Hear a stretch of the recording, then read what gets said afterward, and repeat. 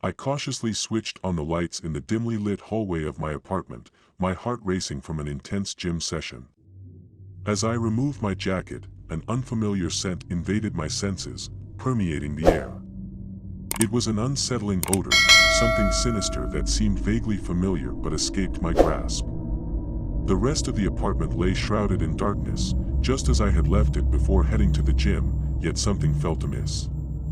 In my mind, I called out to my brother, the only person with a spare key to my apartment. "Decker, are you here?" I called out, my voice trembling. Silence hung in the air, but the emptiness felt unnatural, as if the apartment held a hidden secret. A primal instinct deep within me stirred, warning of impending danger. Driven by an unsettling intuition, I approached the closet and stowed away my jacket.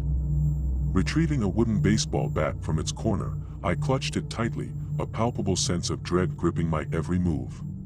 With trembling hands, I closed the closet door, setting the bat on my shoulder, and ventured into the living room, hastily flicking the light switch, hoping to catch anyone off guard. To my horror, the only surprise awaiting me was the lifeless figure of my brother sprawled across the couch.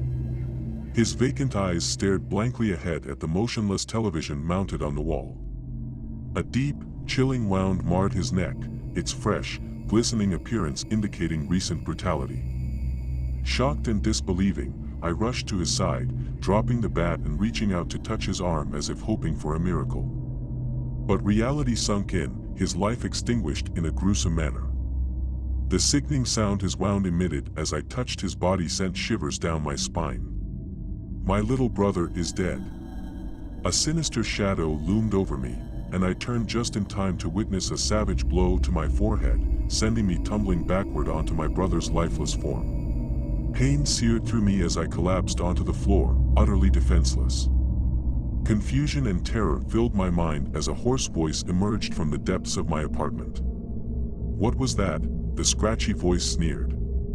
The man towering over me, donning fiery orange hair and a beard of a darker shade, possessed the freckled face of a born fiend. Another figure emerged, older, with a dark complexion and a thick black beard streaked with gray. He wore a suit, a stark contrast to the jeans and sweater of his companion. "You owe us $418,200, the bald man proclaimed, his voice laced with menace. My eyes darted between the two menacing figures, my mind racing to comprehend the situation. Stammering, I managed to utter, "I don't even know you. This has nothing to do with me. It's my brother's mess, not mine." Leaning down, the man called Sledge gazed into my eyes, his tone dripping with contempt. "Are you really as stupid as your brother? I thought you were the responsible one with a good job at a bank or something." The weight of their threat loomed over me as Sledge issued a chilling ultimatum. "You have 1 month to get us the money. And if you go to the police, I won't hesitate to slit your throat, just like your brothers.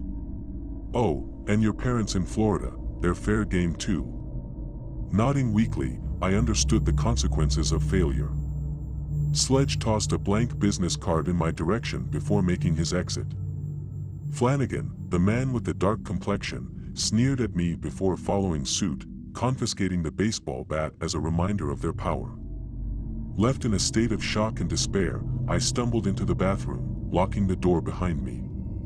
The terror and revulsion overwhelmed me, and I vomited into the toilet bowl, my hands trembling uncontrollably. Exhausted and drained, I glanced around the bathroom, and horror consumed me as I noticed the small traces of blood in the bathtub. The realization struck me with a sickening realization: they had forced my brother into the tub before ending his life. Fear clutched at my heart, paralyzing me in that confined space. I heard muffled voices and disturbing sounds emanating from the apartment, and I couldn't bring myself to leave the perceived safety of the bathroom. Minutes turned into eternity as I cowered, dreading what awaited me beyond that locked door. A sudden knock shattered the suffocating silence, jolting me from my frozen state. "All done, Victor," a chilling voice called from the other side. "I've counted your money. You have a month." The footsteps retreated, followed by the sound of the front door closing. After waiting for what felt like an eternity, I cautiously emerged from the bathroom, desperate to assess the aftermath of the horrors that had unfolded in my apartment. The blood-soaked scene greeted me, remnants of unspeakable violence. As I collapsed onto the couch, previously occupied by my deceased brother, the weight of my cowardice and helplessness pressed upon me. I had failed him, failed myself, and failed my parents. The monumental task of gathering the exorbitant sum demanded within a month loomed before me, casting a dark shadow over my every thought. Days passed in a blur as I frantically sought solutions, reaching out to friends for loans, but the sum remained overwhelmingly out of reach. Desperation drove me to explore the depths of the dark web, seeking illicit means to acquire the funds. The twisted marketplace offered glimpses of criminal activities, drug dealing, theft, and even contract killing. Each option more harrowing than the last, I questioned my own morality and strength to survive. In my search, a glimmer of hope emerged. I realized I possessed a commodity that could be exploited, an alluring facade. I delved into the dark web's realm of male escorts, constructing a profile and setting my price range accordingly. The response came swiftly, an email from a woman seeking my services. The anticipation mingled with a growing sense of unease as I prepared to meet her. The location was a sprawling mansion, a facade of wealth and opulence. The masquerade party she described added an eerie layer to my mounting apprehension. Clad in a mask, I ventured into the mansion, hoping to earn the trust of the wealthy, lonely women in attendance. Little did I know that this event would turn into a nightmare beyond imagination. As the evening unfolded, the true nature of the party unveiled itself. The guests indulged in excessive drug use, and their depravity and corruption laid bare. The atmosphere grew increasingly sinister, leaving me feeling tainted and degraded. But I pushed forward, desperate to fulfill my goal of obtaining the funds I so desperately needed. Then, the darkness consumed me. The next thing I remember is waking up, screaming in terror, my body on all fours, fixated on the blood-stained rug beneath me. My vision blurred, struggling to focus, while my trembling body convulsed, gasping for air. Sticky residue clung to my skin, a grim reminder of the horrors I had witnessed. In my disoriented state, I noticed a woman lying motionless on the floor nearby. Recognition flickered, connecting her to the party, but the details eluded me. I pushed past the rising nausea and stood up, attempting to make sense of the scene.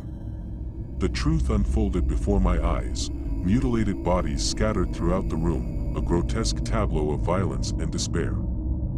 Fear clutched at my throat, threatening to choke me. The room swayed, each mutilated corpse an abomination imprinted on my mind. Yet, a strange familiarity tinged the horror as if a dark force had guided my actions. In fragments, I recalled the drug I had consumed before the chaos, its effects unleashing a bloodlust, a thirst for vengeance.